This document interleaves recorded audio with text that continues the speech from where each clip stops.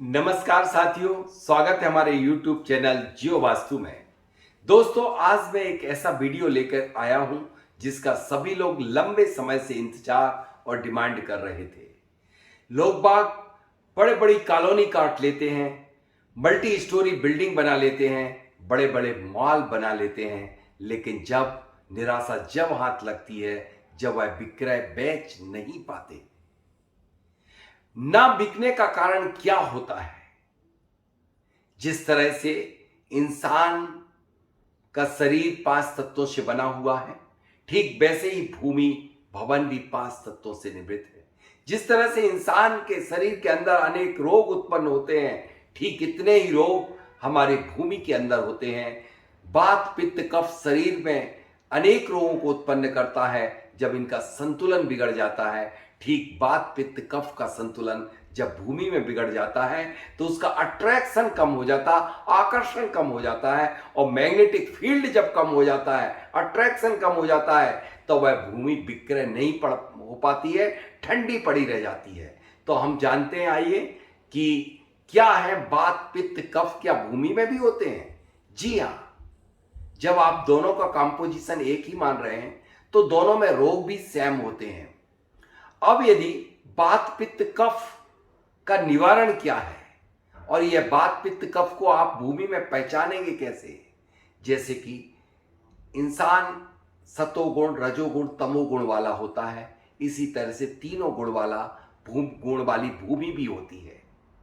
अब इन भूमियों को हम ठीक कैसे करें कि आप यदि भूमि का विक्रय नहीं हो पाना, सबसे पहले हम जान लें कि वह वहां वात की प्रॉब्लम है, वायु विकार है, या कफ है मिट्टी में, या फिर उसमें पित्त है। यह मिट्टी से सॉइल की टेस्टिंग से आपका परीक्षण हो जाता है। यदि जिस भूमि में वायु विकार से मतलब है कि बाहरी हवा का प्रकोप, यानी कि भूत प्रेत ऐसी अदृश्य शक्तियां जब भूमि बाधित शापित हो जाती है, तब भी भूमि विक्रय नहीं हो पाती है। ऐसी स्थिति में हम कैसे निवारण करें बिना बहुत कम खर्चे के? आज मैं जो आपको उपाय लेकर के आया हूं, इसमें बहुत लंबे खर्चे नहीं है, बल्कि कुछ उपाय तो ऐसे हैं कि 100 रुपए में भी मैंने कॉलोनियां बिकवा दी हैं। कई कॉलोनी ऐसी थी जिनमें यह वायु विकार था और उसके कारण वह भूमि विक्रय नहीं हो पा रही थी। लॉन्चिंग किया, कई बार अनेक फंक्शन भी रखे, फिर भी नहीं विक्रय हो पाई। एक श्रीफल नारियल के माध्यम से जब मैंने वास्तु रजिस्ट्री संपन्न की उस भूमि पर, उन देवों को उन स्थान पर आह्वान किया, तब वह 24 घंटे के अंदर वह पूरी की पूरी कॉलोनी विक्रय हो गई, बिक गई, सिर्फ एक नारियल के माध्यम से। यह है वास्तु रजिस्ट्री, जो कि मेरे YouTube चैनल पर आपको अनेक जगह इसका जिक्र मिल जाएगा, संपूर्ण विधि।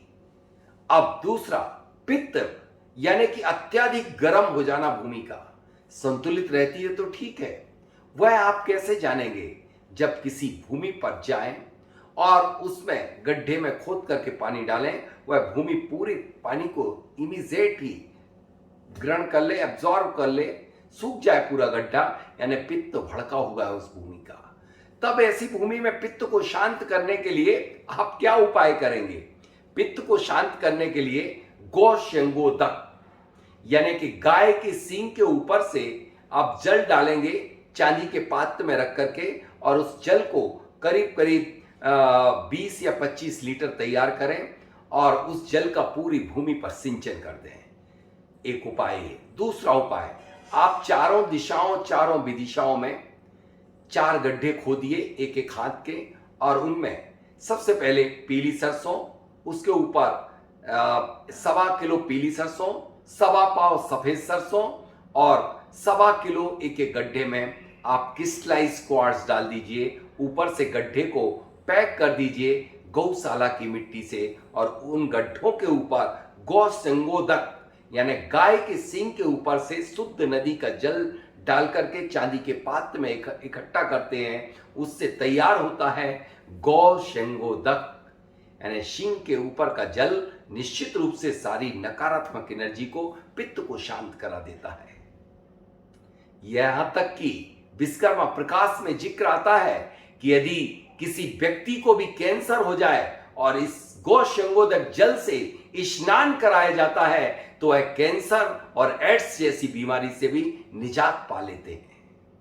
अब तीसरा उपाय बहुत मजेदार है। यदि कफ प्रकृति की भूमि हो, कफ यानी कि वो ठंडी पड़ गई हो, कोई भी व्यक्ति आता है, इसको कैसे पहचानेंगे? जब कोई भी व्यक्ति आपके सौदे के लिए आएगा, देख के चला जाएगा, ठंडा पड़ जाएगा।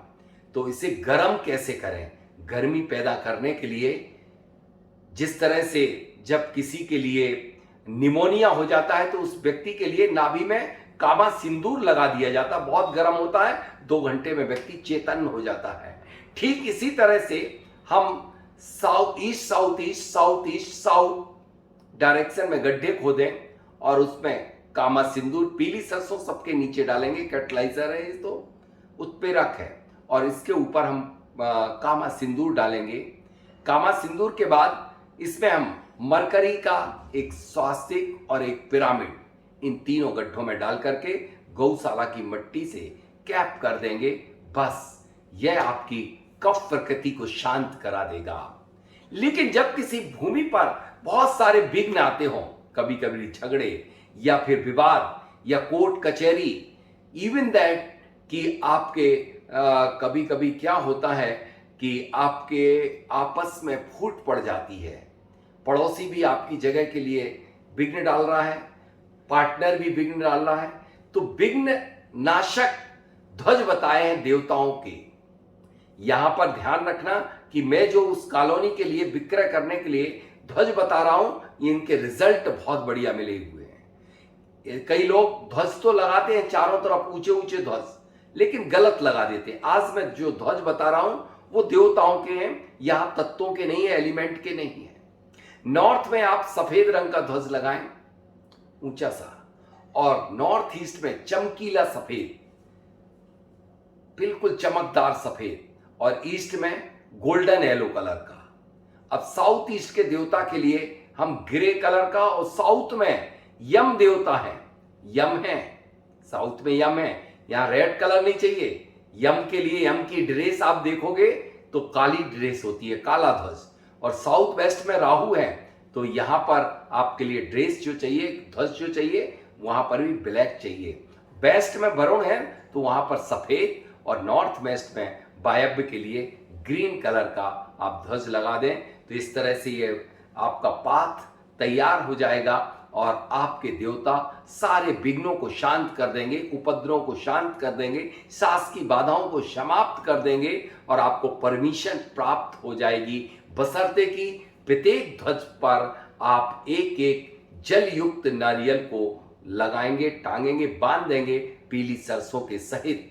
तो निश्चित रूप से आपको सफलता, विघ्नों से निजात प्राप्त होगी और आपकी भूमि विक्रय हो जाएगी। यह 3 उपाय आप आजमाएंगे वात पित्त कफ के, तो निश्चित रूप से यह 3 ही रोग होते हैं इंसान के अंदर जो अनेक अनंत रोगों को उत्पन्न करा देते हैं, और यह 3 रोग होते हैं भूमि के अंदर जो अनेक प्रकार के संकट, विघ्न, बाधा और विलंब आपके प्रोजेक्ट को करा देते हैं। तो सीखता करिए और आप अपने बाधाओं से मुक्ति पाने के लिए उपाय करें।